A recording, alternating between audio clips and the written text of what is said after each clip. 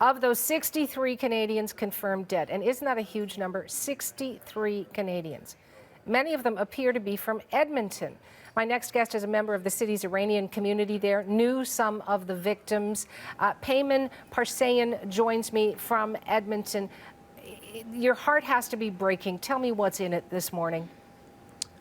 You know, it's there's no real words for it. It's devastating. We lost about 1% of our entire community on that flight. People I knew personally very well. Every one of our community members was touched in one way or another when that plane went down. When that list came out with the names on it, and our news team, of course, had a look at it, how were you informed? When did you find out the people you loved, people you cared about were on that flight?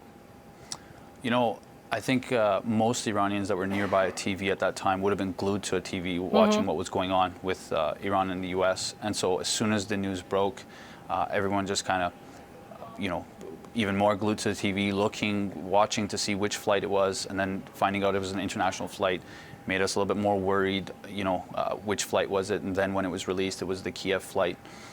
Many of us in the community, we're on a chat group on an application called Telegram. There's about 1,200 members on there.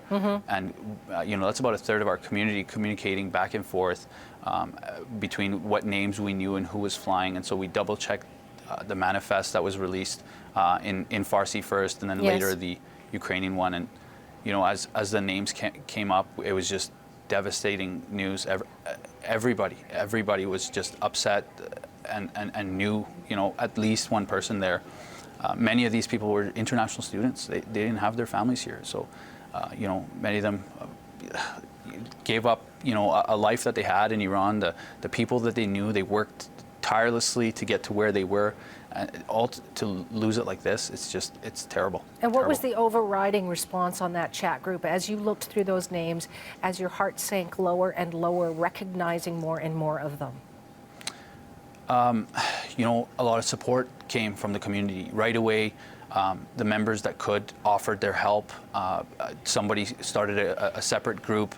Nearly 100 people joined within the first 10 minutes to try and reconcile some of this, to try and help, show some support, to try and gather together, arrange maybe somewhat of an informal funeral for those that, you know, didn't have the opportunity or family members to host something for them here. So it was nice to see the community get together and show how tight-knit and connected we are together, but it comes at such a terrible cost and devastation to the community. It's just, there's no other word for it.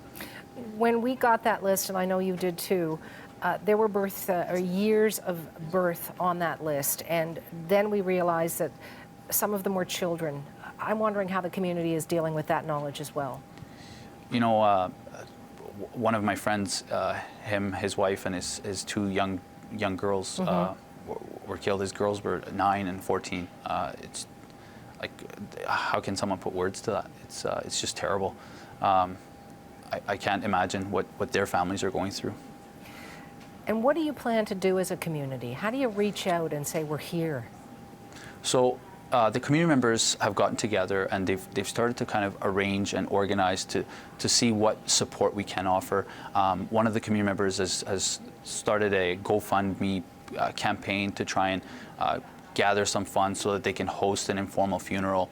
And they mentioned that if there was excess funds left over, they would actually offer it as a scholarship or a grant to a post-secondary student in the name of these kids, given that most of those that perished from the Edmonton side would have been students and international students.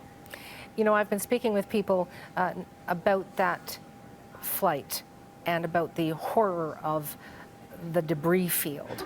And the big question many of the officials have is what caused it to go down? I'm wondering what your biggest question is as well, Payman. You know, there's going to be all kinds of speculation until somebody finds out the real reason. I did notice Ukraine, for example, they withdrew their statements on blaming mechanical or technical failures. And so it does make somebody wonder and be a little bit skeptical. At the end of the day, I think and it's just my opinion, but I think the Iranian Edmontonian community is the only thing we're worried about is the people that we lost and the community that was devastated here. and the why perhaps in the days to come as you start to cipher through all of those emotions. What do you want to see from our Canadian government? We're talking about 63 Canadians. What would you like to hear from our Prime Minister, from our Foreign Affairs Minister? What would you like to see? Some leadership. I mean, from what I hear, this is the largest number of Canadian fatality in a plane crash since 1980. And so these are catastrophic numbers. I'd like to see our Prime Minister, our senior leadership in the Cabinet, the Foreign Affairs Minister, stand up for those interests, make sure that the Iranian government is transparent and accountable to making sure that there is a reasonable investigation done. I know the Iranians have already rejected American or Boeing requests as to review the black box. Yes. This is inappropriate. This should be accessible by many parties, and many parties should be a part of this investigation. This is not a one-country show. Many citizens were killed today. And I'm hoping that we will have that further information as to who will be involved in that investigation for you as you continue to watch our coverage. Speaking of our coverage, on a personal note, when our Chase team called you to ask you to talk to me on the air in front of our country about those in your community you have lost, those people who were close to you, those people who are now dealing with grief, how did you make the decision to say yes? Which I'm glad you did, because that information is important. But how did you personally make that decision?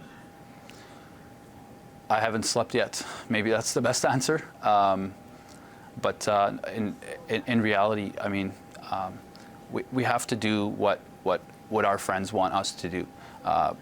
You know, if I was in their position, I would ask that someone sitting in my position today continue. Make sure you don't let this stop your day. Make sure that you do your thing and make sure that people know. And I imagine that's what they would want for us. That's how I knew the one of my good friends that was on that flight. That's how he would have likely portrayed to me. So. I can see the emotion in your throat. I wish you the best in dealing with this and for dealing with your own personal grief. Thank you so much for your time. You're welcome.